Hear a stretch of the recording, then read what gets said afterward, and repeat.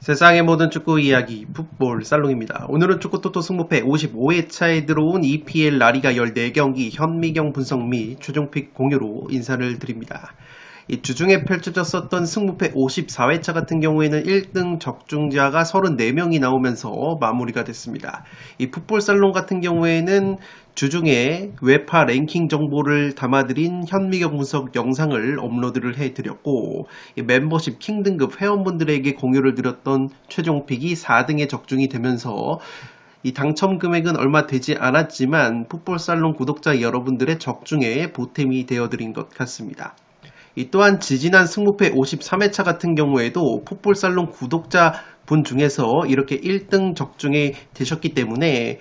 축구 승무패 1등 최다 배출 채널로서의 명예와 자존심을 지킨 것 같습니다. 따라서 이번 승무패 55회차 역시 연속 적중과 더불어서 연속으로 구독자 1등 배출을 위해 부단히 노력을 해보도록 하겠습니다.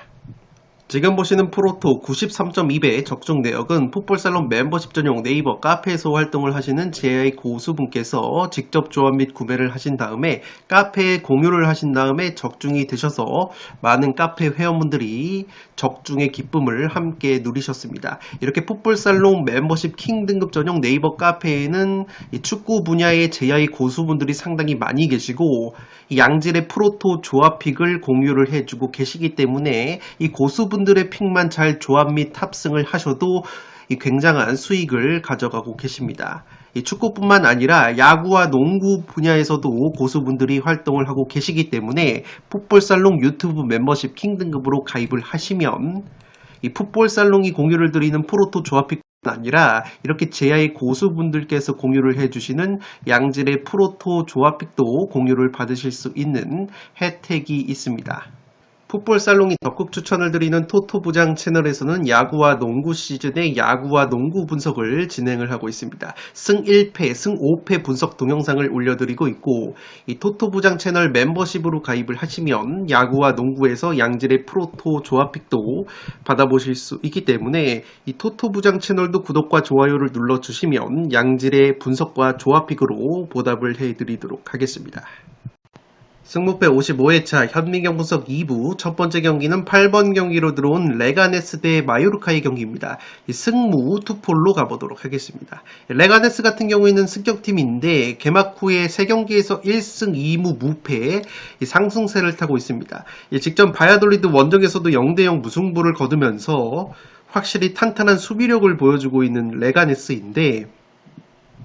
이 소리아노 골키퍼가 올 시즌 라리가 초반에 선방지표 최상위권을 달리고 있습니다. 지금 보시는 것처럼 이 소리아노 선수가 득점 차단 부문 1등 그리고 선방 확률 2등 보여주면서 이 레가네스의 무패를 이끌고 있는데 마찬가지로 마요르카의 골키퍼들 역시 상당히 좋은 모습을 보여주고 있습니다. 이 라이코비치 골키퍼가 중동으로 이적한 이후에 마요르카 같은 경우에는 이 그레이프라는 골키퍼와 로망 선수가 번갈아 가면서 나오고 있는데 이 로망 선수와 그레이프 선수가 이 소리아노 선수와 마찬가지로 이 선방 확률과 득점 차단 부문 90분당 선방 지표 면에서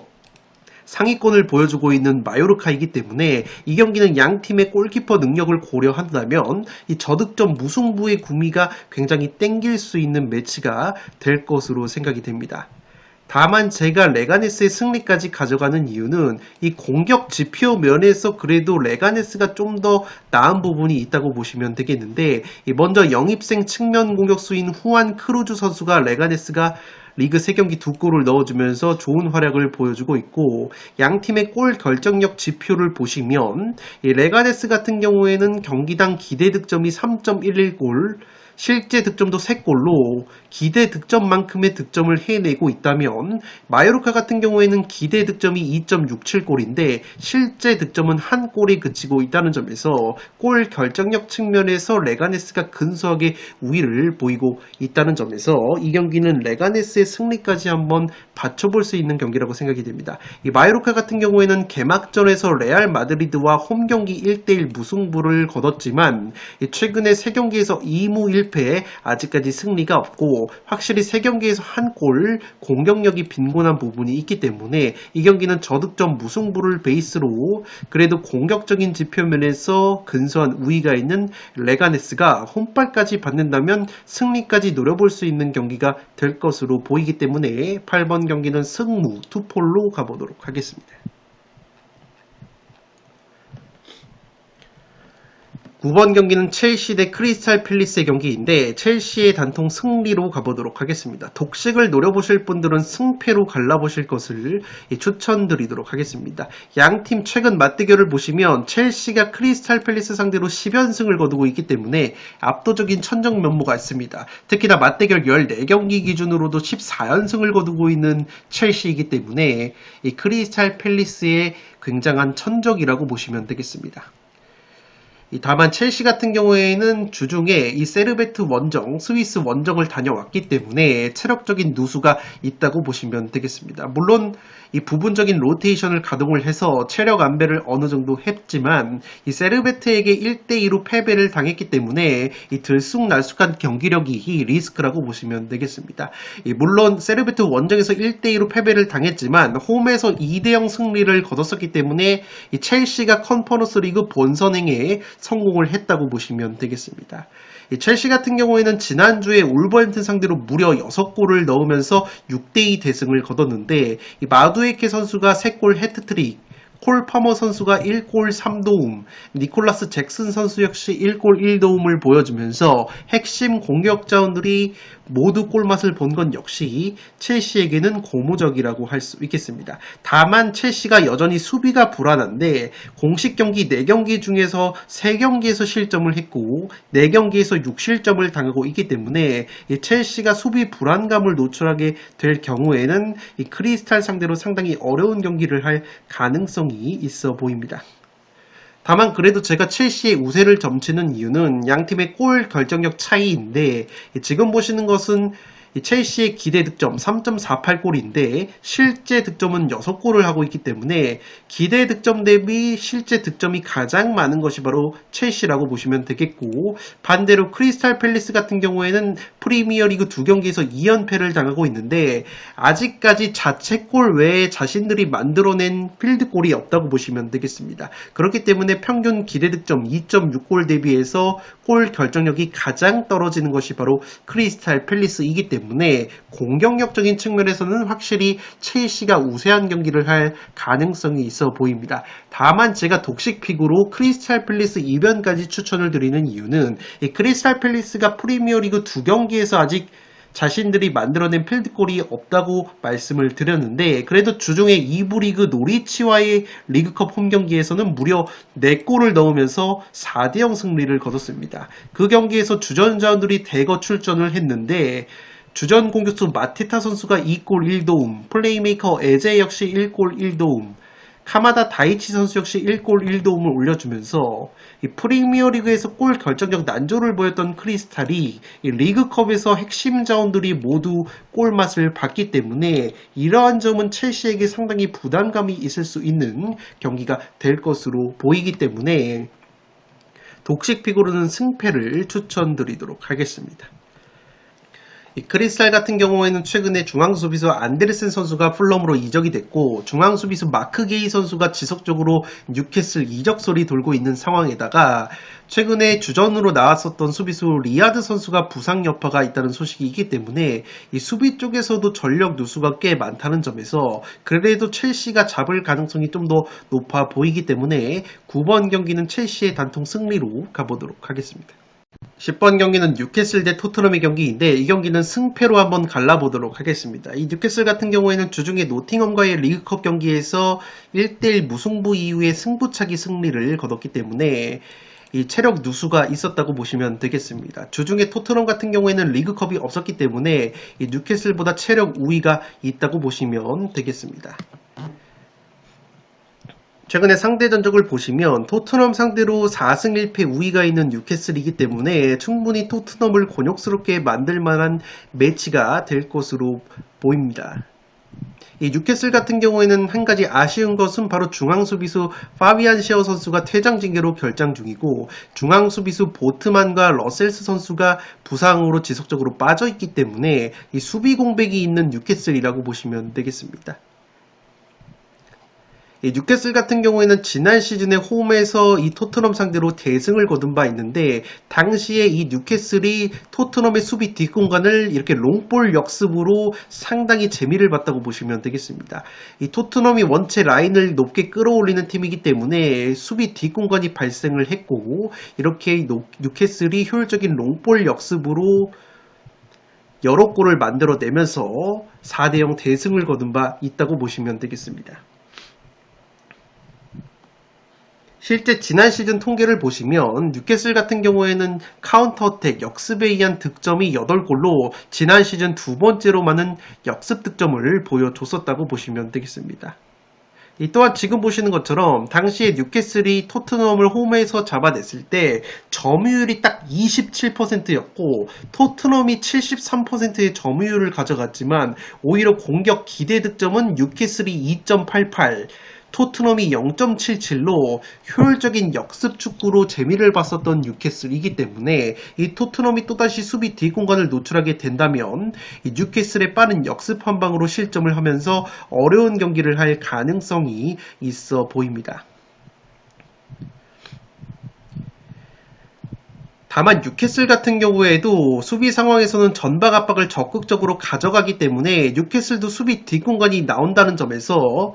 토트넘도 빠른 자원인 브레넌 존슨이나 손흥민 선수를 앞세운 역습이 충분히 통할 가능성이 있다고 보시면 되겠습니다. 실제 지난 시즌 기준으로 봤을 때 오히려 역습에 의한 실점은 뉴캐슬이 6골, 토트넘이 5골로 뉴캐슬이 좀 더 많았고 앞서 말씀을 드린 것처럼 뉴캐슬 같은 경우에는 현재 중앙 수비 쪽에 부상 자원이 많기 때문에 현재 댄번이라는 2m 가까운 장신 수비수가 중앙 수비를 보고 있는데 이 댄번 같은 경우에는 굉장히 키가 크고 피지컬은 좋지만 발이 느린 약점이 있는 데다가 뉴캐슬의 골키퍼 닉 포프 선수 역시 선방 능력은 뛰어나지만 이 발 및 패스 능력이 굉장히 불안하기 때문에 지난 경기 에버튼전에서 손흥민 선수가 에버튼의 골키퍼 픽포드 선수를 압박을 해서 공을 빼앗아서 득점을 한 것처럼 그러한 손흥민 선수의 스피드가 뉴캐슬의 발이 느린 중앙수비수 댄번 선수와 발밑이 약점인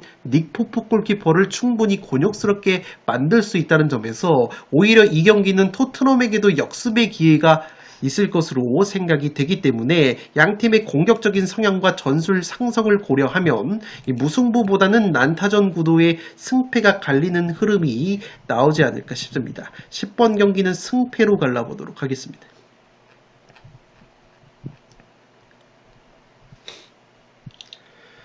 11번 경기는 맨유 대 리버풀 라이벌전인데 승무패로 지으면서 맨유 쪽 이변을 한번 노려보도록 하겠습니다. 현재 리버풀 쪽으로 투표율이 굉장히 많이 몰려있는데 최근에 공식 결과를 보시면 친선 경기 패배를 제외하면 맨체스터 유나이티드가 리버풀 상대로 패하지 않는 경기를 했다고 보시면 되겠습니다. 리그 두 경기에서 지난 시즌 무승부를 거뒀던 맨유이고 FA컵 경기에서도 무승부 이후에 연장전 끝에 승리를 거둔 바 있는 맨유이기 때문에 최근에 리버풀 상대로는 굉장히 강한 면모를 보였던 맨유라고 보시면 되겠습니다.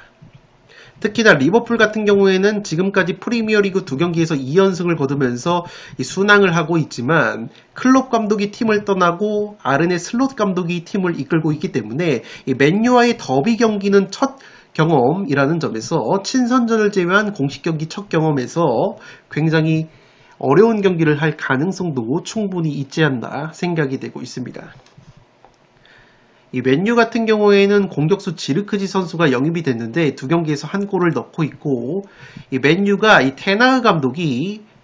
최전방 공격수 호일른 선수가 근육 부상으로 빠져있는 상황에서 미드필더 브루노 페르난데스 선수를 제로톱으로 기용을 해서 이 브루노 페르난데스 선수의 어떤 과부하가 걸리고 있는 맨유인데, 오히려 이 브루노 페르난데스 선수를 제로톱이 아니라 원래 자리라고 볼 수 있는 2선 플레이메이커 자리를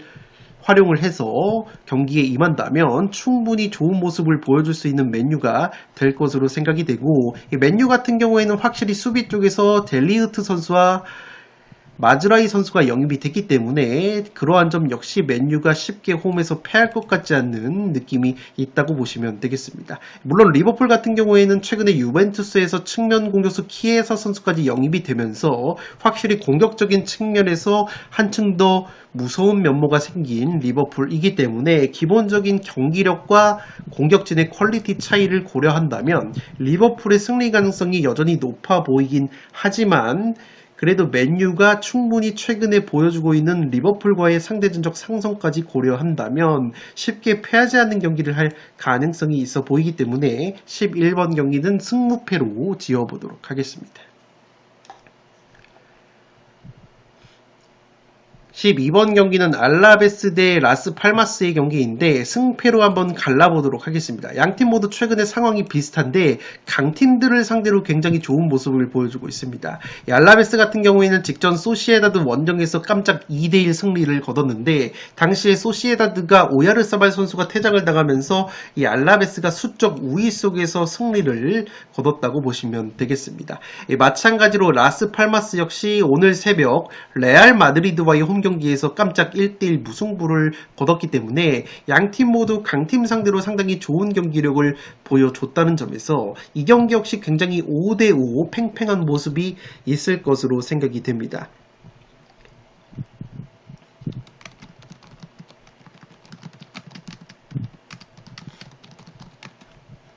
또한 이 경기 같은 경우에는 개인적으로 무승부 빵꾸를 조심을 해야 될 것 같은 것이, 양팀의 맞대결을 보시면 10경기 기준으로 무승부가 무려 6번이 나왔던 매치업이기 때문에 이 무승부 빵꾸를 조심을 해야 할 것으로 생각이 됩니다. 알라베스 같은 경우에는 최전방 공격 쪽에서 이 오모로 디온 선수가 팀으로 복귀가 됐기 때문에 이 최전방 스트라이커 쪽이 아쉬웠는데, 그래도 최근에 FC 포르투 출신의 공격수 토니 마르티네즈 선수를 영입을 했습니다. 이 선수가 직전 소시에다드전에서 교체 투입이 되는데 데뷔전에서 데뷔골을 기록을 했기 때문에 알라베스는 토니 마르티네즈 선수가 활약을 해줄 가능성이 있고, 이 빌바오에서 영입을 한 측면 자원인 비알리브레 선수 역시 페널티킥으로 득점포를 가동을 했기 때문에 알라베스가 영입생 공격 자원들이 공격 포인트를 기록을 한 것 역시 상당히 고무적이라고 할 수 있겠습니다. 마찬가지로 라스 팔마스 역시 프리미어리그 경험이 있었던 셰필드 출신의 공격수 맥버니 선수가 레알 마드리드 상대로 1도움을 기록한 것 역시 상당히 고무적이라고 할 수 있겠고, 이 베테랑 공격수 산드로 라미레즈가 최근에 3경기 2골로 나쁘지 않은 흐름이 있기 때문에 이 경기는 라스 팔마스도 충분히 해볼 만한 경기가 될 것으로 생각이 됩니다.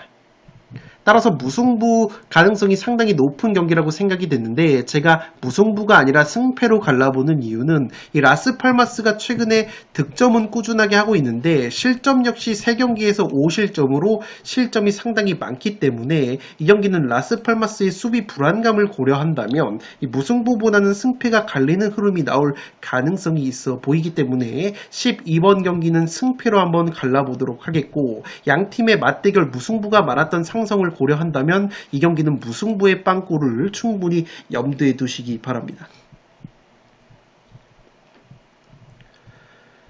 13번 경기는 오사수나 대 셀타비고의 경기인데 단통 무승부로 한번 가보도록 하겠습니다. 지금 셀타비고 쪽으로 투표율이 몰려있는데 아무래도 셀타비고가 시즌 초반에 굉장히 좋은 공격력을 보여주고 있고, 이 오사수나가 직전 지로나 원정에서 0대4 대패를 당했기 때문에 이 셀타비고 쪽으로 투표율이 많이 몰려있다고 보시면 되겠는데, 저는 오사수나가 저력을 보여줄 가능성도 충분히 있다고 보시면 되겠습니다.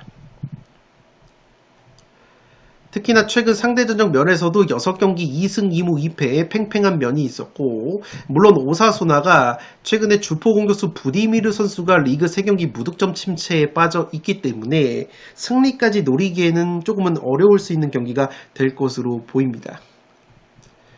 그래도 오사수나가 고무적인 것은 올 시즌 리그 홈 경기에서는 1승 1무 무패를 달리고 있습니다. 레가네스 상대로 1대1 무승부, 마요르카 상대로 1대0 승리를 거두면서 홈에서는 무패를 달리고 있는 오사수나이기 때문에 충분히 해볼 만한 경기가 될 것으로 보이고,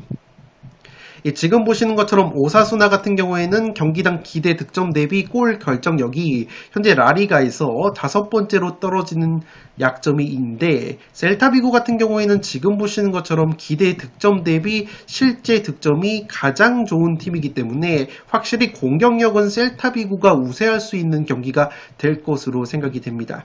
다만 제가 오사수나의 무승부로 가는 이유는 오사수나가 지금 보시는 것처럼 라리가에서 제공권이 2번째로 튀어난 팀이고, 이 셀타비고 같은 경우에는 올 시즌에 이 세트피스 상황에서 3골을 넣으면서 강력한 세트피스 공격력을 보여주고 있는데, 오사수나는 라리가에서 전통적으로 제공권이 강력한 팀이면서 올 시즌 세트피스에 의한 실점도 단 한 골도 없는 팀이기 때문에 이 셀타비고의 세트피스 공격을 막아내면서 오사수나 특유의 조직력이 나와준다면, 현재 셀타비고 쪽으로 투표율이 몰린 상황에서 허무하게 오사수나 사이드의 결과가 나와도 이상하지 않은 매치가 될 것으로 생각이 됩니다. 이 셀타비고 같은 경우에는 세트피스 득점은 많지만 지금 보시는 것처럼 제공권이 3번째로 떨어지는 팀이고, 세트피스 실점도 가장 많은 팀이기 때문에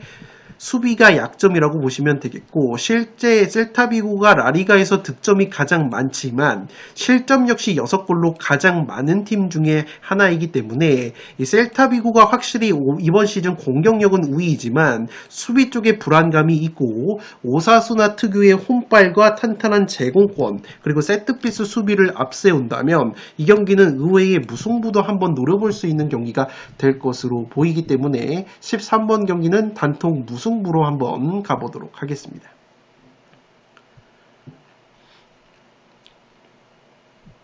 현미경부서 마지막 경기는 14번 경기로 들어온 헤타페 대 소시에다드의 경기입니다. 이 경기는 과감하게 단통 무승부로 가보도록 하겠습니다. 이 헤타페 같은 경우에는 라요와의 홈 경기에서 0대0 무승부를 거두면서